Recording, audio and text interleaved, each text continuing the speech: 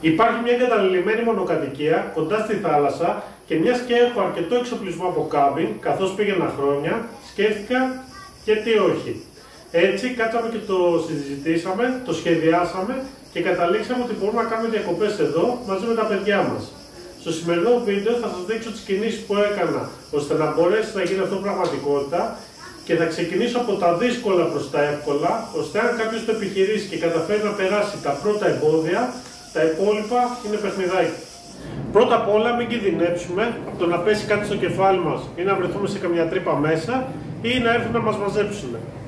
Για το δεύτερο τουλάχιστον δεν ήρθα σε τυχαίο σπίτι, οπότε αυτό το γλιτώνω. Αλλά είναι κοντά 2 δεκαετίες εγκαταλελειμμένο, οπότε η δουλειά που έχουμε να κάνουμε εδώ πέρα για να μπορέσουμε να κάνουμε διακοπές είναι πάρα πολύ. Όπως είπα πριν, θα ξεκινήσω από τα δύσκολα προς τα εύκολα και το πιο δύσκολο από όλα ήταν το να έχουμε νερό.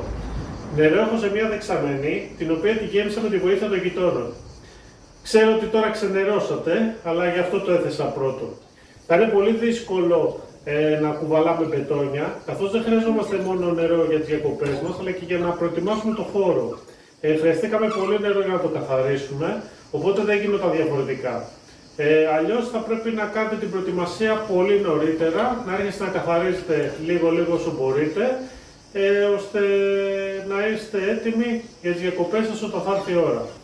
Για να είναι το νερό ασφαλές, για να μπορούμε να το χρησιμοποιήσουμε και να το διατηρήσουμε, υπάρχουν κάποια χημικά που ρίχνουμε μέσα, αλλά σε αυτό δεν θα σας πω εγώ πώς και τι, γιατί και εγώ δεν τα γνωρίζω. Θα ρωτήσετε από εκεί που θα τα προμηθευτείτε, ώστε να σας πούν τις αναλογίες και να σας εξηγήσουν τι και πώς. Το νερό μένει καθαρό για κάποιο διάστημα, αφού το συντηρούμε έτσι, αλλά είναι κατάλληλο μόνο για να κάνουμε μπάνιο και για να πλύνουμε τα πιάτα μας, ποτήρια και ό,τι νερό χρειαστούμε για να πλύνουμε οτιδήποτε. Για πόσιμο νερό χρησιμοποιούμε εμφιαλωμένο. Καθαρίσαμε όσο μπορούσαμε γενικά τους χώρους του σπιτιού, αλλά περισσότερο έμφαση δώσαμε στο δωμάτιο που θα κοιμηθούμε και που θα αφήσουμε τον εξοπλισμό μας και στη βεράντα που θα περνάμε την υπόλοιπη μέρα μας. Αν καταφέρετε και ξεπεράσετε αυτή τη δυσκολία με το νερό, τα υπόλοιπα είναι παιχνιδάκι. Η επόμενη ανάγκη που έχουμε είναι το ρεύμα. Και αυτό στις μέρες μας λύνεται με ένα power station και φωτοβολταϊκό πάνελ για να το φορτίζει. Οι ανάγκες που θέλουμε να μας καλύψει είναι ένα ψυγείο, το οποίο είναι μικρής κατανάλωσης με κομπρέσορα και δουλεύει στα 12V, κάτι που μας κάνει επιπλέον οικονομία καθώς δεν χρειάζεται να δουλεύει ο inverter από το power station. Ρεύμα επίσης θα χρειαστούμε για να φορτίζουμε κινητά και μικροσυσκευές και για φωτισμό το βράδυ. Αν καταφέρουμε και τα φώτα να είναι 12V, τότε θα είναι τέλεια. Επειδή το ρεύμα είναι εύκολο αλλά ακριβό, να δούμε και κάποιες πιο οικονομικές λύσεις. Με ένα ψυγείο από φελιζόλ πάγου, σας δείχνω μόνο το καπάκι, βάζοντας πάγο κρατάμε τα φαγητά για 2 με 3 μέρες και μετά συμπληρώνουμε. Για φώτα μπορούμε να πάρουμε τέτοιες λάμπες μπαταρίας, οι οποίες είτε τις χρησιμοποιούμε επί τραπέζια είτε τις κρεμάμε από κάπου ψηλά. Δεν θα είναι τόσο δυνατές όσο οι προηγούμενες, αλλά φεύγουν αρκετά στο χώρο. Το κόστος μιας τέτοιας λάμπας είναι γύρω στα 2 με 3 ευρώ, αν θυμάμαι καλά. Είχα πάρει κάμποσες από σούπερ μάρκετ και τις έχω χρησιμοποιήσει 3-4 χρόνια και είναι ok. Για κινητά και μικροσυσκευές μπορείτε να πάρετε ένα πάνελ αναδιπλούμενο σαν και αυτό εδώ, το οποίο δεν είναι ιδιαίτερα ακριβό, αλλά δεν θα τα φορτίζετε απευθείας, καθώς με την παραμικρή σκιά αρχίζει και κρασάρει το κινητό. Μπορείτε όμως να δοκιμάσετε με ένα powerbank.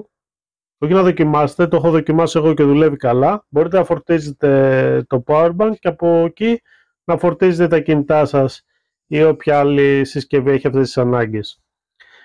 Υποτίθεται αυτό μπορεί να φορτίσει και laptop, αλλά δεν. Ξέχασα να σας πω, εμείς χρειαζόμαστε και ένα μιξεράκι για να φτιάχνουμε καφέ. Βέβαια αυτό δεν σας αφορά, γιατί από ό,τι κατάλαβα, σύμφωνα με αυτά που μας λένε, κανείς δεν φτιάχνει φραπέ στις μέρες μας. Τέλος πάντων, αν έχει μείνει κανένας ξεχασμένος, υπάρχουν μιξεράκια μπαταρίας, οπότε μπορεί να κάνει έναν αυτή τη δουλειά. Εμείς με ένα τέτοιο βγάζουμε σχεδόν 2 εβδομάδες, τώρα στο περίπου, τώρα δεν είμαι και σίγουρος. Βέβαια είναι λίγο της υπομονής, έχει πιο αργές τροφές και τη στιγμή που έχουμε το Power Station χρησιμοποιούμε απευθείας το μίξερ του ρεύματος. Για το μαγείρεμα έτσι κι αλλιώς υπάρχει το γκάζι. Με το γκάζι μπορούμε να ψήσουμε, να βράσουμε, να τηγανίσουμε, οπότε δεν χρειαζόμαστε κάτι άλλο. Για τουαλέτα έχουμε τη χημική που την έχουμε βάλει σε έναν άλλο χώρο του σπιτιού και την αδειάζουμε κανονικά στο βόθρο. Δεν χρειάζεται κάτι διαφορετικό και λειτουργεί ρολόι. Βοηθάει και ο φραπές. Για να δούμε πώς έχουμε στήσει το χώρο. Έξω έχουμε το νερό για ό,τι χρήση θέλουμε να κάνουμε και εδώ είναι το δωμάτιο το οποίο καθαρίσαμε και βάλαμε όλα μας τα πράγματα.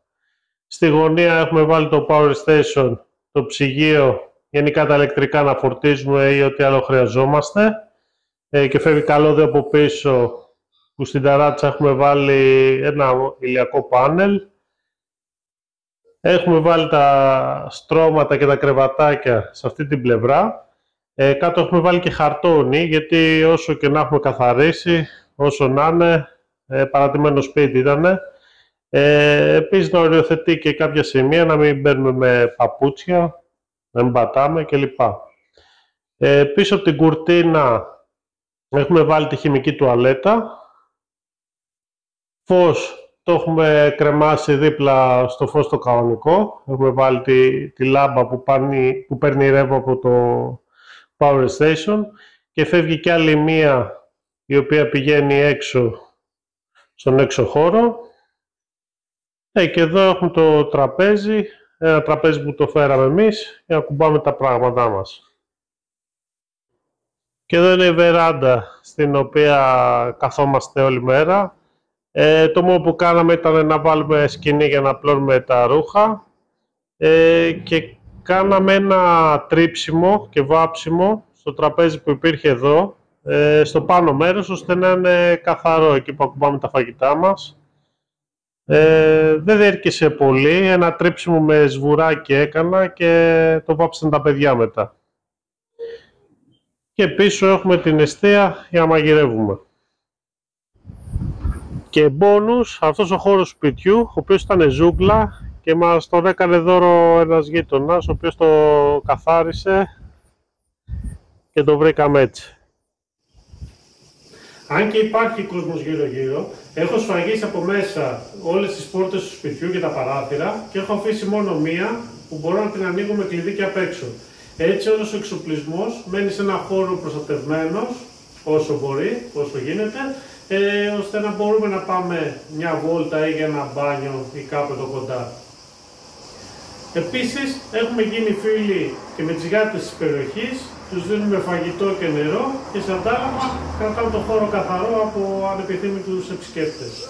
Αυτά από εμένα, σας ευχαριστώ για το χρόνο σας, να είστε καλά και θα τα πούμε σε επόμενο βίντεο.